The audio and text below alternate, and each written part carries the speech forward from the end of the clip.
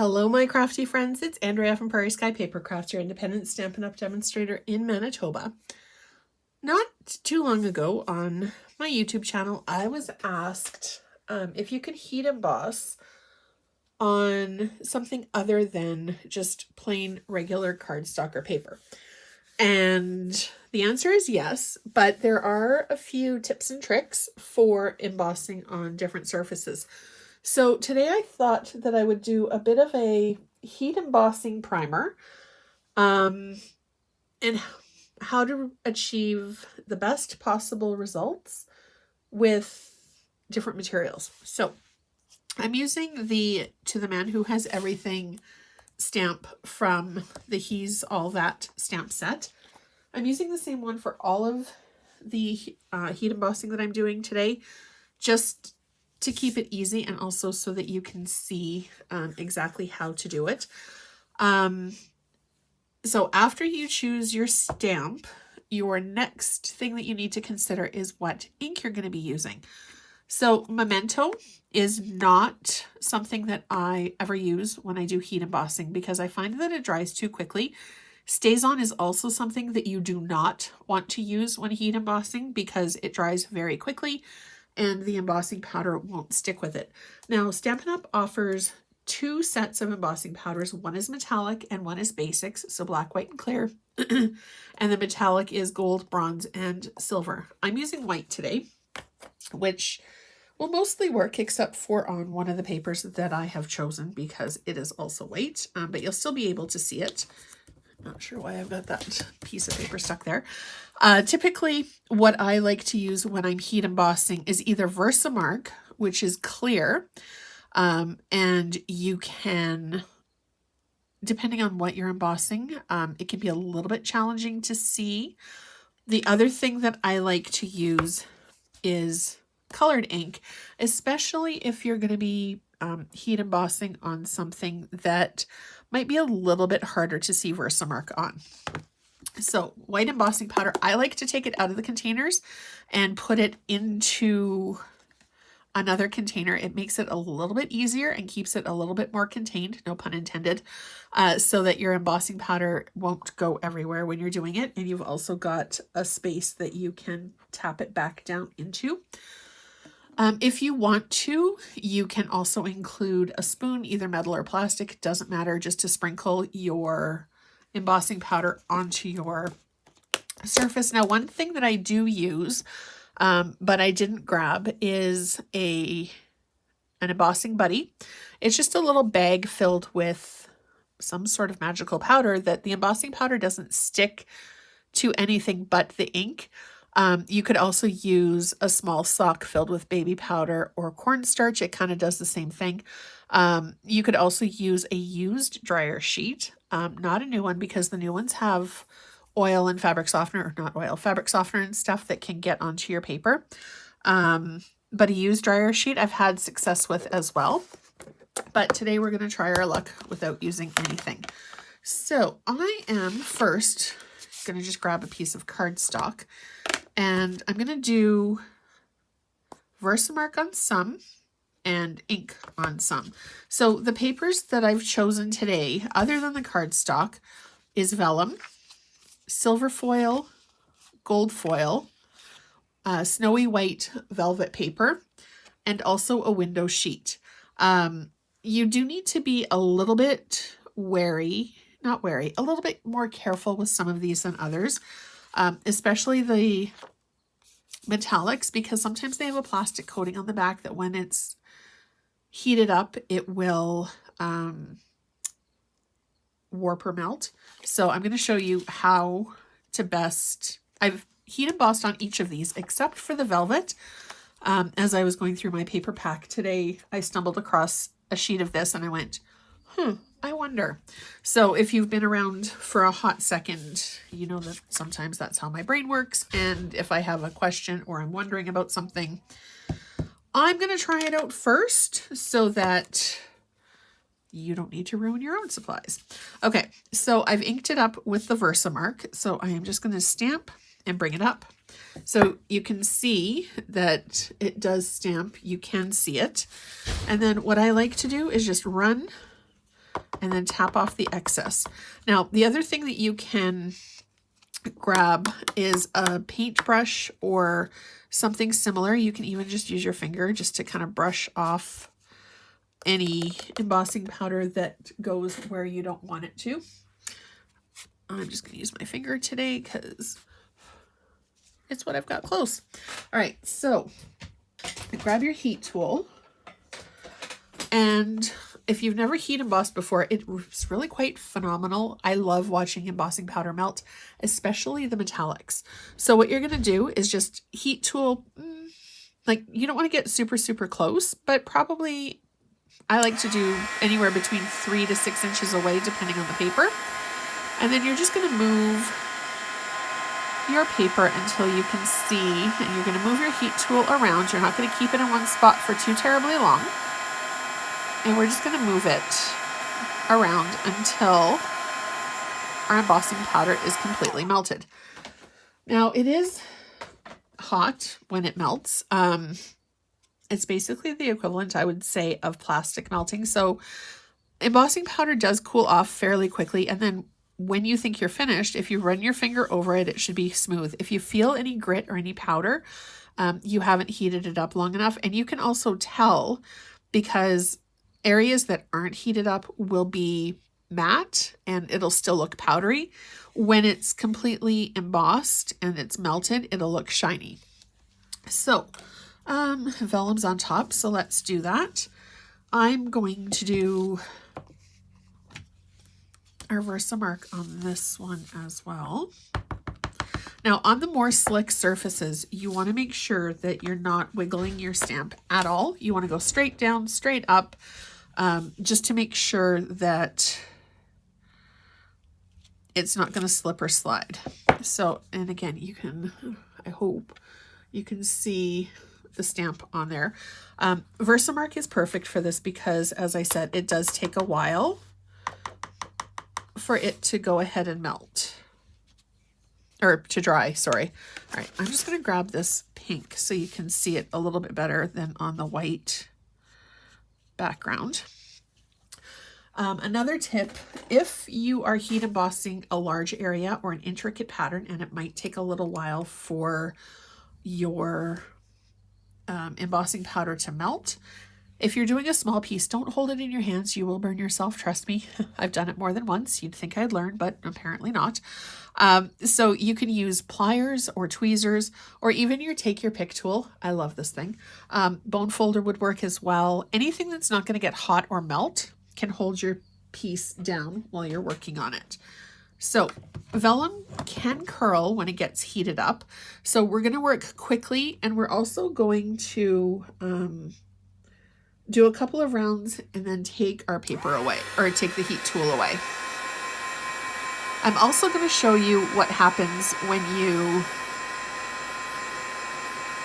do something that you shouldn't do. If you get too close, you do run the risk also of the paper potentially burning. Okay, and then just take it away and give it a few seconds.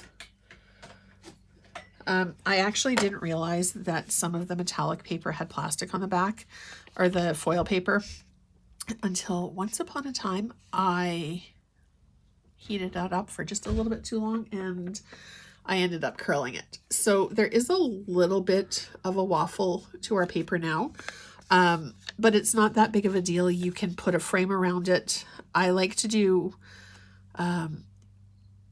adhesive behind some of the bigger letters because you can see through vellum. So usually, unless you're using a full adhesive sheet, you can see where your adhesive is on this.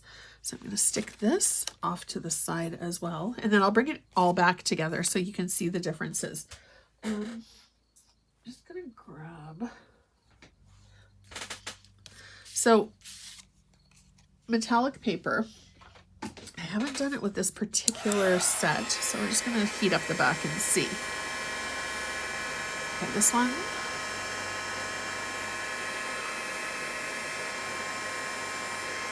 Does not appear to have plastic on the back, so that's a good thing. If your paper does start to curl, just flip it over and heat the other side, and it'll go back and flatten itself out. If your paper does have a plastic coating on the back, you can also take your pick spatula tool and peel off the back, as long as you're very careful about it. Let's do metallic and then we'll attempt that guy. Okay, so we'll do the gold. This will be our last one that we do with Versamark. Then I'm going to flip to the ink for the other guys. Okay, so again, stamp straight down, straight up. And you can see, I hope, the stamped image. And simply the same exact way that we've done it for each one. Tap off our excess. You can also gently take it and tap the back like this. If you flick too hard, you can flick off all of your embossing powder. Okay, we're going to grab our take your pick to hold this guy down and quickly moving it around so that it doesn't curl, and then you can see that it's starting to melt. Take a bit of a break. And then just go back and do a finishing touch.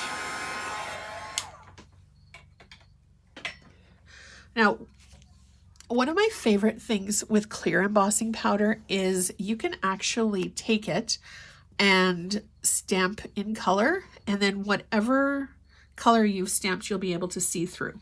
So if you're using, if you have a project and you're wanting to use, I don't know, real red, you can stamp your image in real red, go over it, and then the ink color will come through. All right. I seriously have no idea if this one's going to work, but we're going to try it. I have a feeling that the embossing powder might get hung up on the texture of the velvet, but we'll see. Okay, straight down, straight up.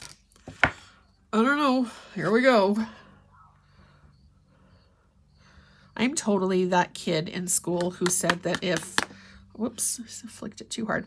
If something wasn't going to work, I needed to try and see if it actually was going to work. Okay, I think this might actually work.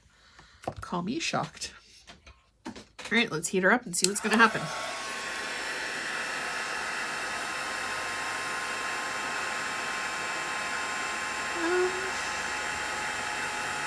Okay, it's more of a,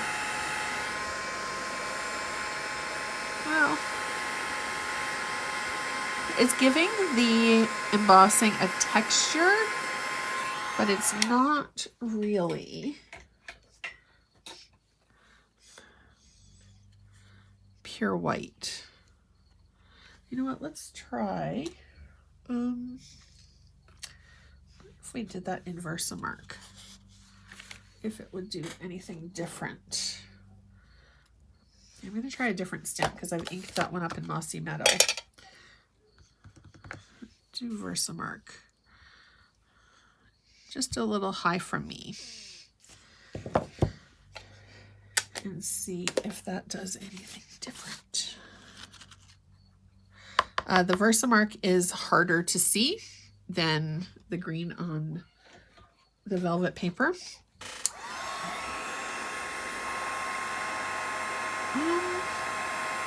Okay, so if I was going to do this again, I would use, first of all, not white on white, because it does make it a little hard to see. And I just dropped my heat tool. But you can see it. I am noticing around the edges, the velvet is getting a little bit brown, a little toasted. So I would do it faster and a little higher up maybe so that it doesn't. I mean, white on white is probably not the right choice, but it's what I grabbed. So it would probably look a little bit nicer if you used a different color. Probably metallic would look really, really nice with this, especially for Christmas. All right. Also, quick tip, when you're using your heat tool, the nozzle end gets really, really warm as you are using it. So you will want to either put it on your desk with the stand down. I have hooks on the side of my desk. I've got metallic legs for my desk, and I just hook it on, nozzle side up, so I don't accidentally hit it with my leg. Okay, we're going to grab this. We've got 2 more to do. We're going to do silver, and then we'll save our window sheet for last. Okay, so again, straight down, straight up. Yeah, I think that'll be okay.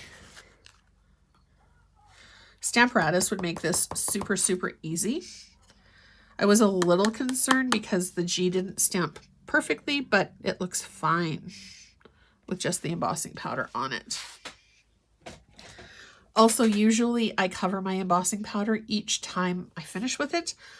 I'm not doing that today because I am doing back to back to back applications of it. Okay, we're going to grab this, move the stamp out of the way, and then heat her up.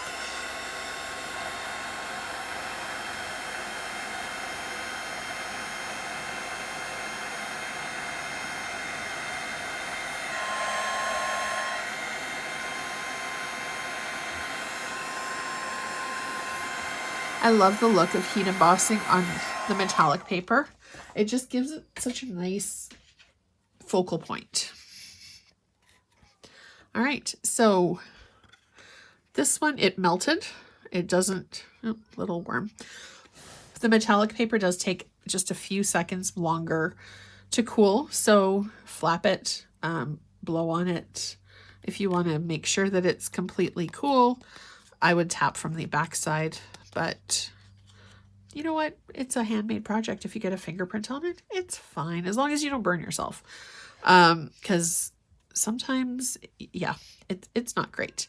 So there's the gold or silver. Oh my gosh, I don't even know my colors today. And then our last one is going to be our window sheet. Now, plastic, high heat, huge melting potential.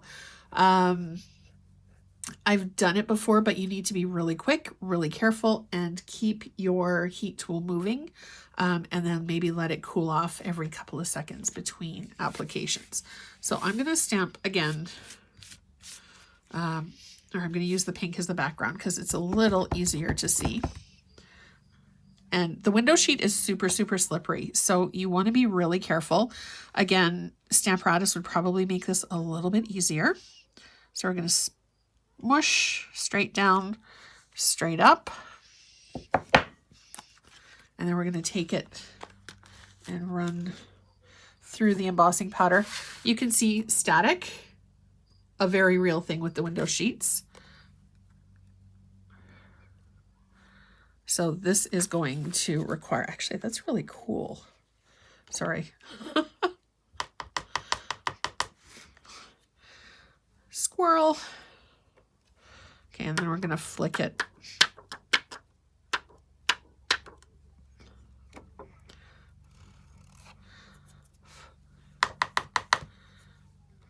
Okay.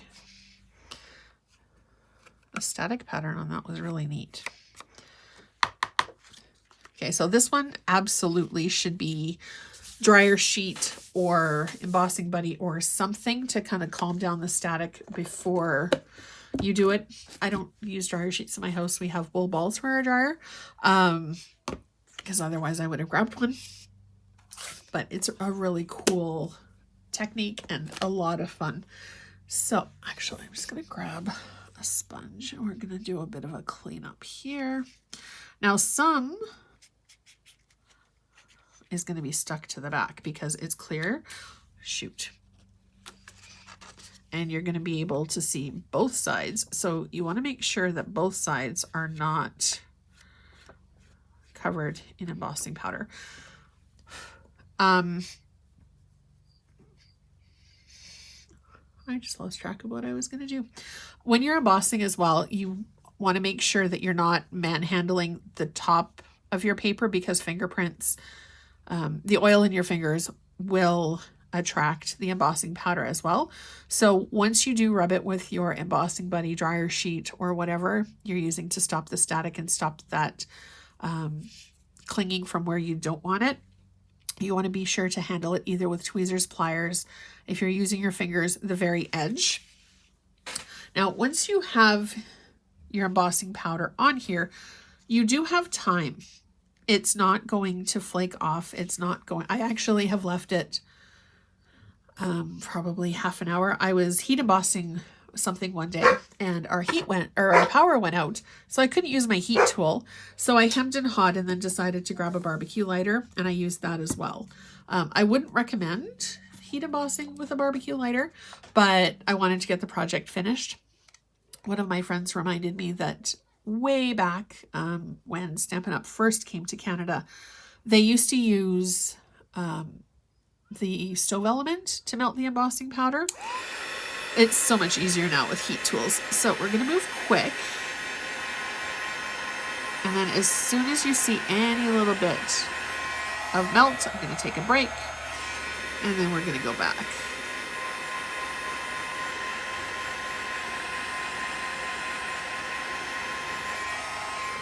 The hotter your heat tool gets, the quicker it is to melt the embossing powder. So if you're doing a large project, this would have looked way better had I been, had I used something to rub my paper with first, but it doesn't look too bad. And again, because you can see everything through this, I would probably do a frame. It would actually look really cool if you did, actually, let's do that right now.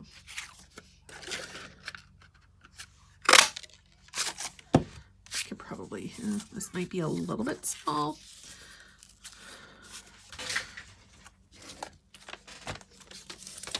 I'm just going to show you a super quick technique. This is obviously not how I would make this card because I didn't plan ahead. Well, not that I ever do, but well, not usually. I have a plan. It doesn't always go according to plan. So you could take your frame, obviously this isn't the right size for this, and you can put it down and just tape it to the inside of the frame.